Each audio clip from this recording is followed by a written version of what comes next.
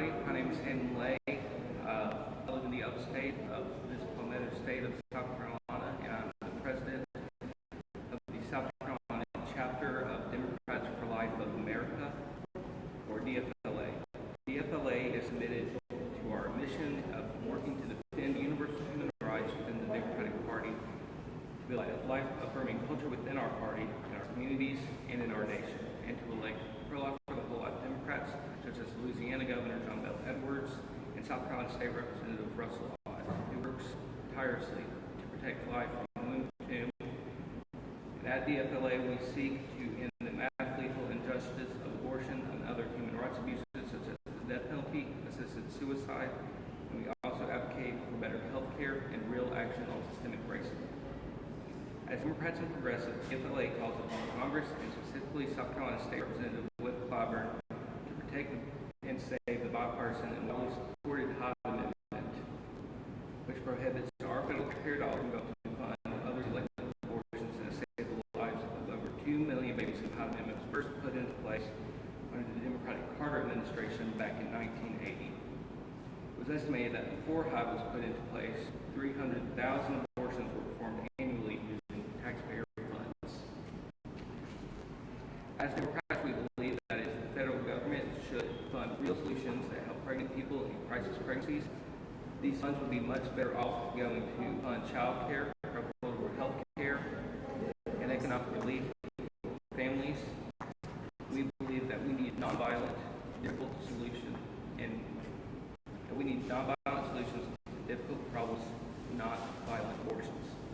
We are appalled that some leaders in our party, and that our very own devout Catholic President Joe Biden, would violate the conscience rights of all Americans by forcing us to pay for others' elective abortions with our tax dollars, even when he says that he wants to keep out of his religion. I will note that all polling shows that a clear 60% of the majority of Americans, including low-income women, do not want abortions funded with our tax dollars, and do not want to see the Hyde Amendment ended. We are calling on Congress to save the Hyde Amendment, protect life, and say no to more state-funded violence. We urge you to go to https://clyburn.house.gov/contact-me to send a message to Majority Whip Clyburn and ask him to save the Hyde Amendment. I'm now going to pass this over to Holly Gatlin, the Executive Director of South Carolina Citizens for Life. Good afternoon. I'm Holly Gatling. I'm the Executive Director of South Carolina Citizens for Life, and I'm also Secretary of National Right to Life Committee. Both organizations are single-issue, pro-life, non-partisan organizations. Our message regarding the Hyde Amendment is this: no Hyde, no budget. No Hyde, no budget. What this means is that without the protective Hyde Amendment, we oppose the federal budget and we will score the votes on the budget. The majority of Americans, regardless of party affiliation, oppose taxpayer funding for abortion. It is up to Democrats to contact elected Democrats with the message, no Hyde, no budget. I urge all Democrats and people in the 6th District to call U.S. Representative Jim Clyburn. He is the Democrat representing the 6th District, and make the message clear to him. Our position is no Hyde, no budget, and encourage him to lead the floor debate in favor of the Hyde Amendment, because it is the minority unborn children who are at greatest risk of dying from abortion without the Hyde Amendment. Thank you.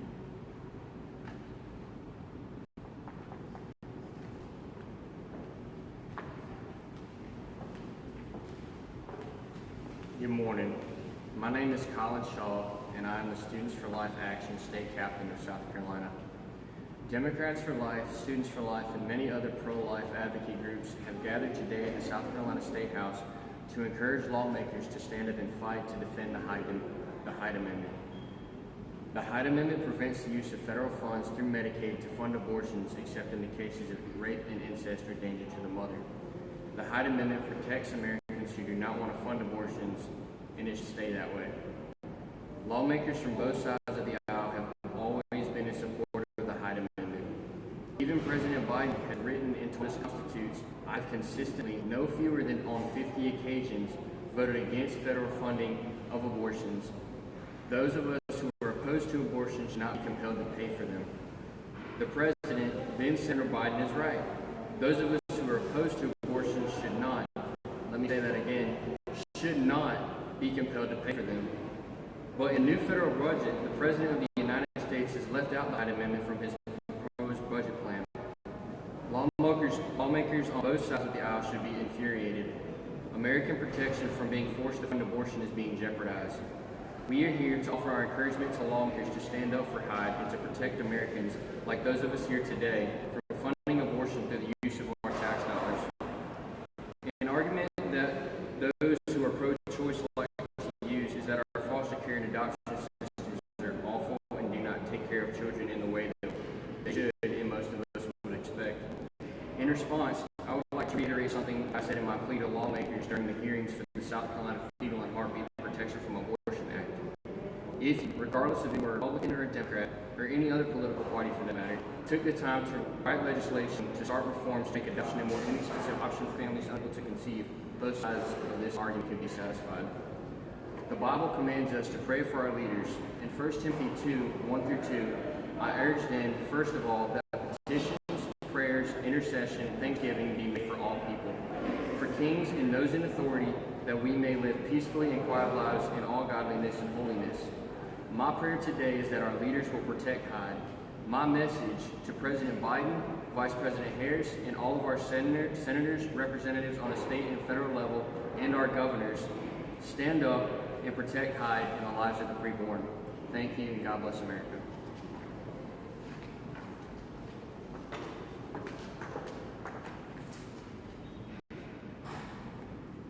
Since 1973, more than 60 million innocent human beings have had their lives taken by abortion. A third of my generation. My classmates, my teammates, and my friends are missing from this world directly because of abortion.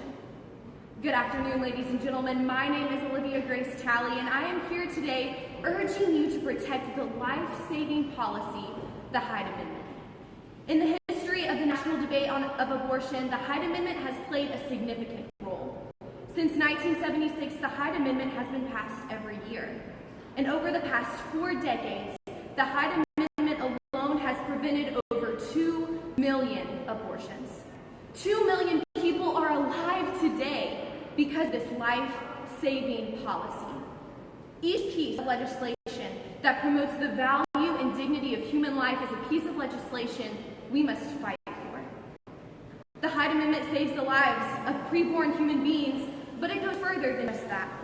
Abortion intentionally is the life of an innocent human being and leaves a woman with lifelong pain and trauma.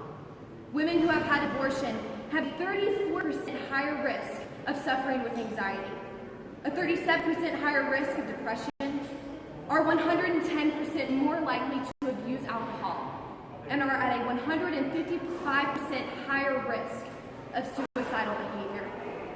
There is an 81% increase of mental health issues in women who have had an abortion compared to women who have not had an abortion.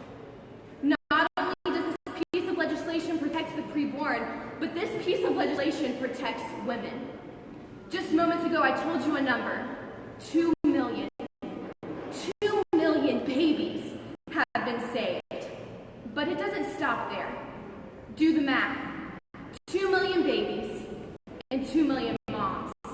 That's 4 million lives that have been saved and protected by the Hyde Amendment. So the bottom line is that the Hyde Amendment has protected 4 million people when you add the baby and the mom.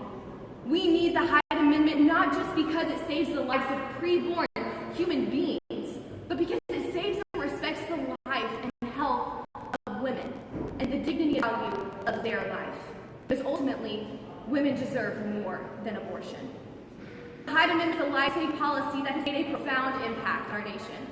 Our nation's founding document, the Declaration of Independence, states that all men are created equal, that they are endowed by their Creator with certain unalienable rights, that among these are life, liberty, and the pursuit of happiness. And that is life for everyone, even children in the womb. Please understand that I live among the most pro-life generation since 1973. And more than any other generation, I understand what it means to have lost classmates, teammates, and friends because of abortion. Along with other pro-life legislation, the Hyde Amendment is crucial in the ongoing battle to save the preborn and to preserve dignity and health of women. Each piece of legislation that diminishes abortion is a piece of legislation we must fight for. Thank you.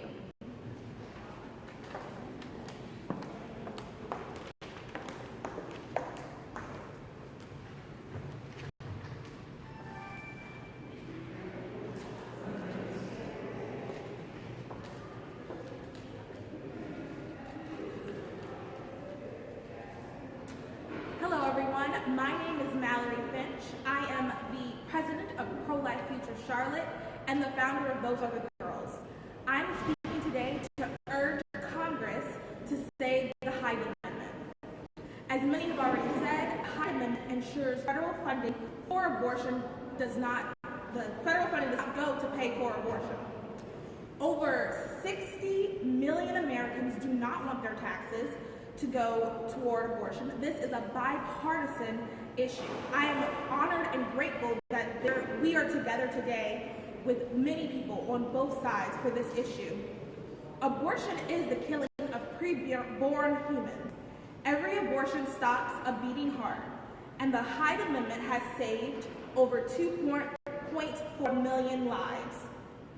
The Hyde Amendment does not allow Medicaid to cover abortions.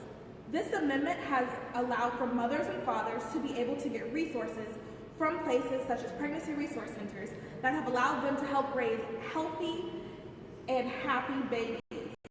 This gives people a chance at life. The Hyde Amendment saves lives. Disproportionately, Black Americans are affected by abortion.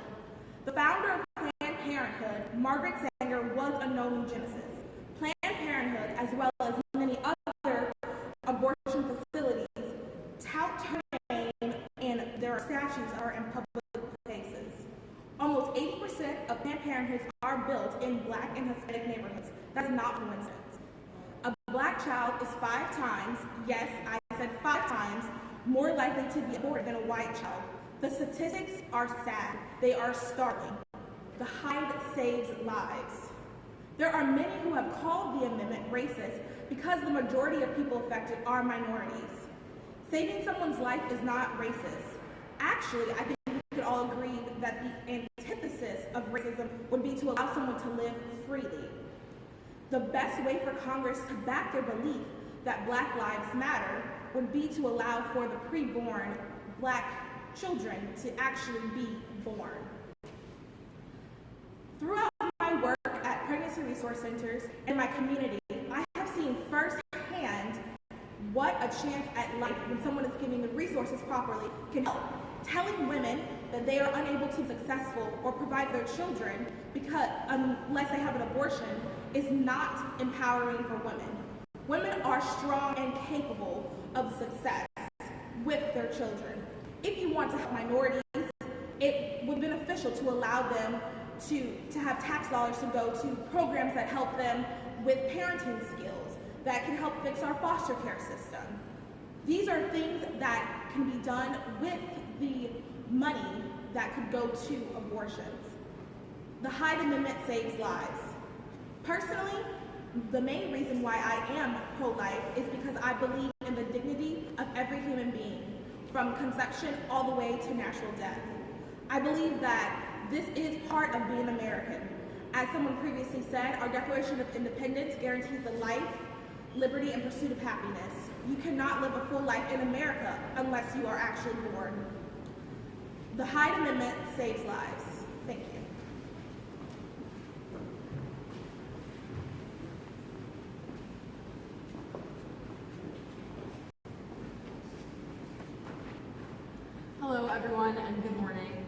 name is Anna Kelly, and I'm so honored to be here with you all today. I am a student at USC, and I am proud to serve on the Student Senate and as a member of USC's Advocates for Life. I stand here today to encourage you to demand that our representatives do not mandate us to fund abortion. Since 1976, the Hyde Amendment has quite literally kept the peace when it comes to this more than heated debate. Let me be clear and unequivocal. It does not place any bans on abortion. The Hyde Amendment does not take away funding of abortion in the tragic circumstances of rape, incest, or medical necessity. But it does ensure that the public is not required to fund elective abortions. We cannot allow this bipartisan compromise to be destroyed. And you don't have to take my word for it. The actual document is about 2 pages. I welcome and encourage you to read it for yourself. A survey from the Guttmacher Institute in 2011 clearly indicates that Medicaid pays for roughly 15.6% of abortions. And I'm a math major, but to check my work, but out of 1,058,000 abortions that were conducted in 2011, this means 165,048 of them were funded through Medicaid. Ladies and gentlemen, that is the number of abortions we indirectly pay for with the Hyde Amendment. Imagine the damage that would be done without it. You, the taxpayer, would be paying for more than 1,058,000 abortions. This cannot be allowed to take place. The reality is, some of our taxes indirectly go to fund a practice that many of us abhor. We do not, however, have to deepen this by giving them, the abortion industry, free reign of our tax dollars. This amendment does not ban abortions. It simply keeps the government from forcing people like me to pay for something I wholeheartedly believe is unjust. It is because of these convictions I stand here today, because I believe we should not only renew the Hyde Amendment, but we should enshrine it into law. Ladies and gentlemen, I understand that many of you do not see the point of getting into politics. It can be truly terrifying, trust me, I know, I'm a pro-life college student. But ask yourselves, does paying for abortion sit well with me? Defending the unborn will take courage. It may be uncomfortable. To quote Students for Life of America, if abortion isn't a big enough deal to encourage us to be uncomfortable, then what is? Your involvement can be as simple as a phone call. Therefore, I urge you to call your representative, Jim Clyburn's office, or attend his town halls to let him know that South Carolinians do not want to pay for abortion. Ask that he keeps the Hyde Amendment in place. Thank you, and God bless. I'm Dave Wilson, president of Power of Family here in South Carolina. It is an important thing for us to be putting some serious consideration to today when we start thinking about the economic impacts, the social impacts, the cultural impacts that actually happen when we turn around and we take our dollars and we put them towards efforts that are going to turn around and have a detrimental impact to us in the long term. Not to mention what happens to us in the short term.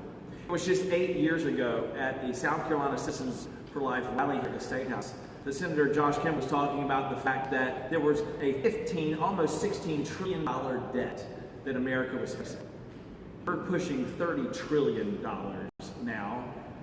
And economics and the economists tell us that if those who had been aborted from 1973 to today, those who are workforce capable, were actually in the workforce today, there would be enough tax generation that was done to keep us out of that debt and move us forward.